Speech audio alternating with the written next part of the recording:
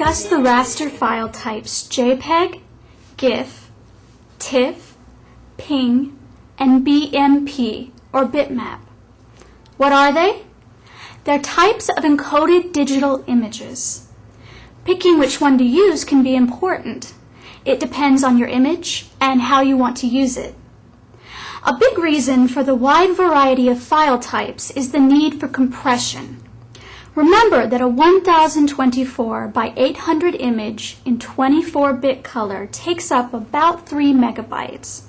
Most cameras and scanners use a quality significantly higher than 1024 by 800, and that means using a lot more memory to store that beautiful image. Compression helps with what might otherwise be unreasonably large file sizes. Image files can get quite large, and a larger file will mean more disk usage and slower downloads. So compression decreases the file size by reducing the amount of data used to store the images. It does this by finding shortcuts in the saving process. For example, say you have a picture with a lot of red in it. In one type of compression, the file system decides it doesn't need to save the 24 bits for each red dot. It just makes a note that the pixels around the one it saves the 24 bits for are exactly the same. That takes up a lot less space and gives you a much smaller file. When working with compressions, you may hear the terms lossy and lossless. Conveniently, they mean exactly what they sound like. A lossless compression algorithm discards no information when compressing the file. It looks for more efficient ways to represent an image without compromising accuracy. In contrast, lossy algorithms accept some degradation in the image in order to achieve a smaller file size. This means that every time you save a new version using a lossy file compression, you're losing some information. Lossy and lossless compressions are useful for different things, and each compression algorithm has its own strengths and weaknesses. Let's take a look. Let's start with probably the most popular file type, JPEG. What makes it so popular is that it is used mostly for pictures in digital cameras. So when you take a picture or scan something, you will probably use the JPEG file type. You may also see it as .jpg. JPEG is a lossy compression algorithm, so you don't want to make too many edits or saves in this format, because every time you save, you will lose image data and therefore quality. This format allows for a very good picture representation with millions of colors, and also allows for multiple quality levels and related file sizes.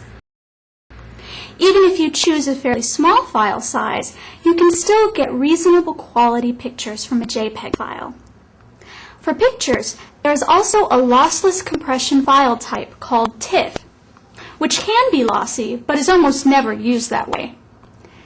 The details of the image storage algorithm are included as part of the file.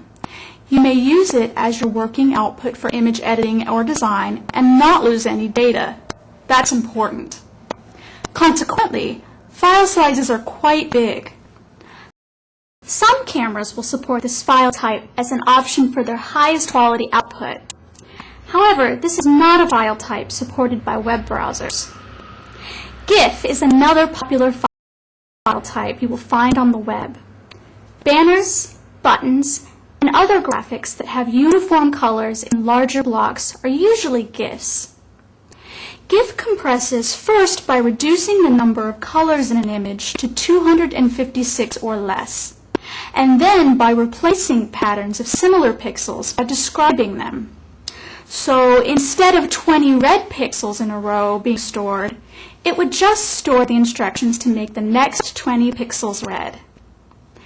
GIF will select its colors from a standard palette, or it will create a custom one from the colors in the image being compressed. So GIF can be lossless if your image has less than 256 colors. It can produce exceptionally small file sizes for the right type of image. Did you ever see a digital image with what looks like arcs of colors on it? Like this?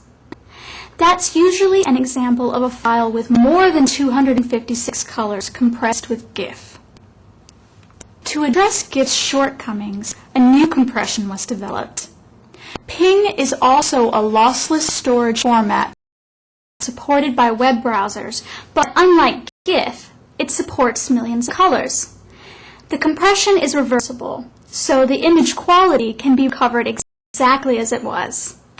If you have an image with large areas of exactly uniform color, but it contains more than 256 colors, Ping is your choice. While in the camera, your digital photo may be saved as a RAW, R-A-W file. It can be 3 or 4 times smaller than a TIFF file, despite being lossless. The problem is that each manufacturer has a different RAW format, and so you must use the manufacturer's software to view the images. It's reasonable to use RAW to store images in the camera, but be sure to convert to TIFF, Ping, or JPEG immediately after transferring the image to your PC. If you want to save time overall and are creating quite a few images, then you probably want to use a more standard file type. You may occasionally run into a bitmap. BMP is an uncompressed proprietary format invented by Microsoft. It supports 24-bit color and is only useful as a last resort when transferring images from one program to another. The image quality is okay, but because it is uncompressed, the files can be very large. The place you will want to use proprietary formats is in graphics programs. As you take your images into editing programs like Photoshop, you may encounter proprietary file formats that are particular to that piece of software. This is fine as long as when you are done, you save the file in a more standard format. The proprietary formats tend to produce large but lossless files, so use them while you continue to edit. At the very end, you can save it in a lossy format like JPEG, GIF, or Ping to share or use on the web.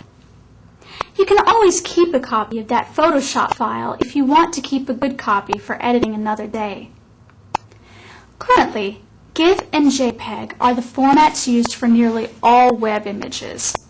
Ping is a newer format and widely supported, so expect Ping to replace GIF over time. Ping will not replace JPEG, since JPEG is capable of much greater compression of photographic images. Because of its size, TIFF is not widely supported by web browsers and should be avoided for web use. Now that you know what a difference those 3 little letters at the end of your image file can make, you are in a position to make all the right choices about how to save and use your files. You've seen and heard a lot about imaging files, so we've made this little summary chart as a review. Let's take a look. All of the files have been broken down into either lossy or lossless compressions.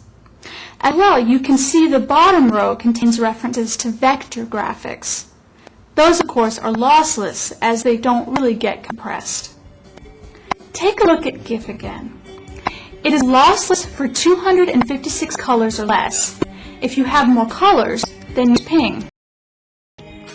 For photos, use JPEG for smaller size, or maybe TIFF for lossless portability. You have many choices. Use the ones that are right for your image.